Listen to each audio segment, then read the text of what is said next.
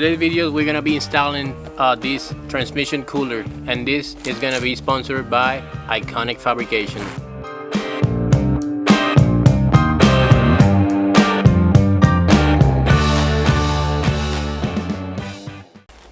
This kit will come with everything that you need to install transmission cooler in your FJ Cruiser. It'll come with the bracket, hardware, all the hoses, and the cooler itself. It also comes with some stickers from Iconic Fabrication, which I think that's one of the coolest thing after you install something on your car. So the main reason why I want to install this transmission cooler on my FJ Cruiser is for different reasons, but the main one is gonna be, as you know, Toyotas are prone to have the factory coolers to break and mix your coolant with transmission fluid and damage your transmission. So I want to go ahead and discard that option for myself. But also it will run cooler on hot days and is supposed to warm up the fluid a lot quicker on cold days or cold weather. So that's going to be the reason why I'm installing it. We're gonna go check the live data, check the temperatures before and after, and we'll find out. So the first step is gonna be to remove the front grille, and you do that by removing the two bolts from the front and the two plastic pins. Let's do that.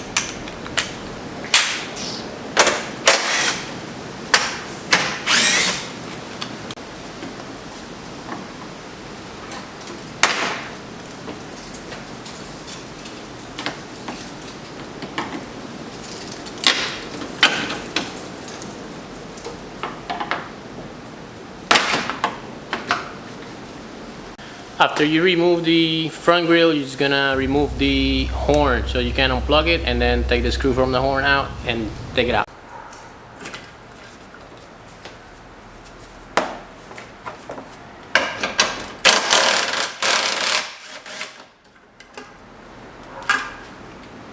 Now that the horn is out of the way, we got three 10mm bolts that we have to remove.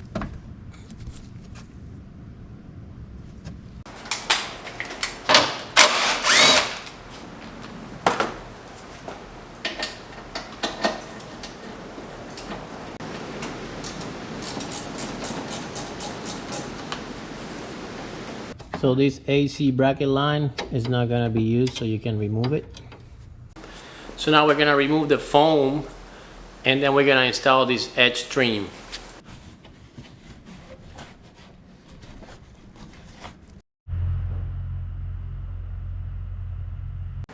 So now we're going to bolt the cooler to the bracket. When bolting the cooler to the bracket itself has an engraved FJ in it, and that part is gonna be the bottom. It's gonna come to the outside, and then you have the cooler, which you can only go in one direction, because if you try to put it the other way around, it's not gonna fit, and you don't want to put it on the back, because you can put it on the back, but if you put it on the back like this, then when you try to put it in the car, it's not gonna go in the car. So that's how it's gonna go, just like that.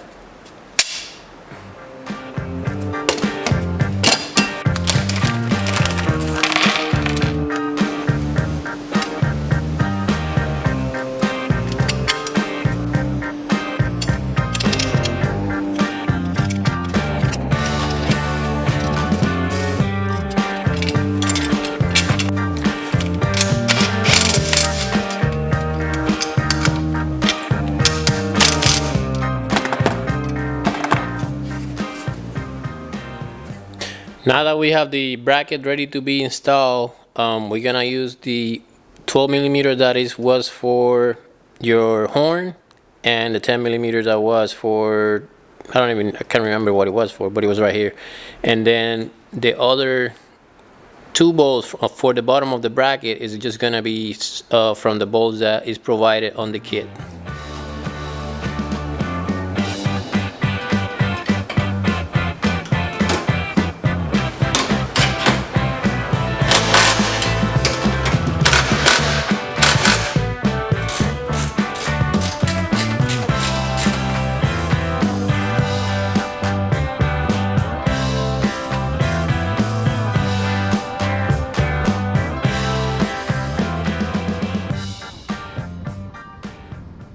So now that we have the bracket mounted, all we gotta do is put the hoses, and the way they go is,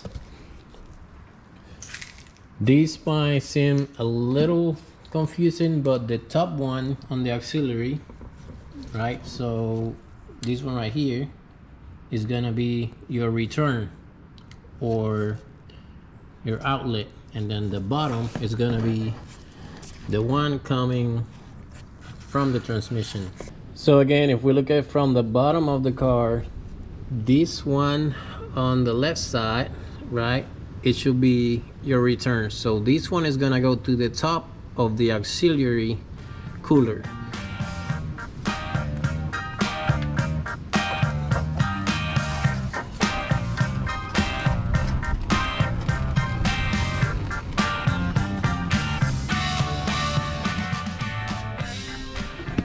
Okay, so as you can see, not very well, but let's see, this way maybe.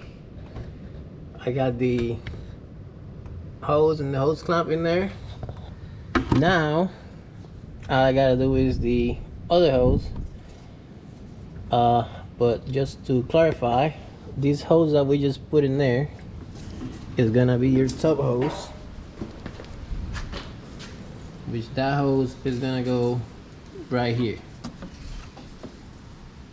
but I'm not gonna put it in yet. I'm gonna show you why. Alright, y'all, so all the hoses are connected on the bottom. The only one that I didn't connect is the one that I say I was not gonna connect it, and the reason why is because I'm gonna add 1 quart of automatic transmission fluid, and after that I'm gonna follow the procedures to check the level. You probably be fine just putting a quart and sending it, but me, I'm gonna check it. And if you don't know how to check your level, you can go back to my last video where I was talking about how to do a transmission flush, and in there it'll show you like what kind of temp and what you need to do it.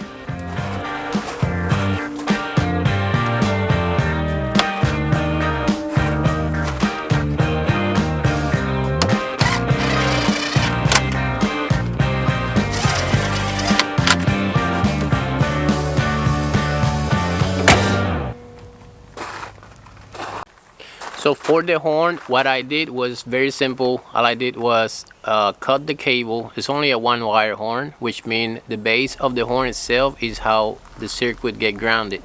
So there is a place in there to put the 10mm bolt that you already took out from the old bracket. It's gonna be on the passenger side. And all you have to do is extend that cable. So you just cut the cable, you add another maybe a foot of cable, and that's it. You're ready to go. Alright, y'all, so now we're gonna check the live data to check the before and after and look at the temperatures. We're gonna start with a 55-degree weather. This is gonna be the first start in the morning.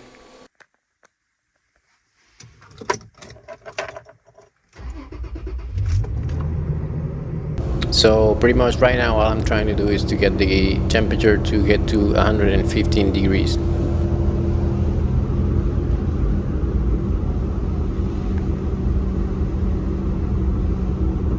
And it took roughly 10 minutes on a 55-degree weather to get to 115 degrees.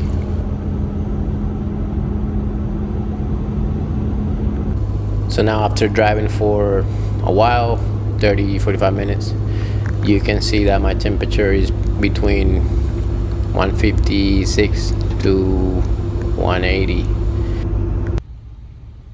And this is at idle, around 165, 170. Now after installing the oil cooler from Iconic Fabrication, I'm gonna do the same, but in the morning. This is 33 degrees.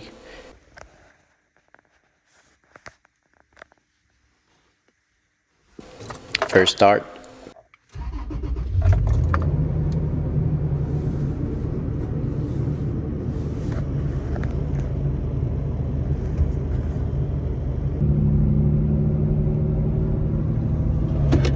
So roughly about the same time, 10 minutes, but on a lot colder weather and 115 degrees. So it's definitely gonna warm up your car faster in cold weather.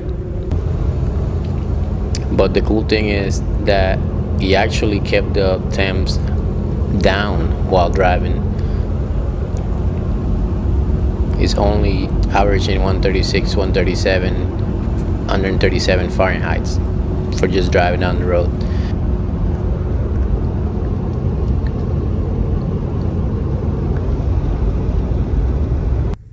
And this is almost the same weather at idling, and the idling is still 138 to 146 degrees. So it's definitely a lot cooler than with your factory cooler.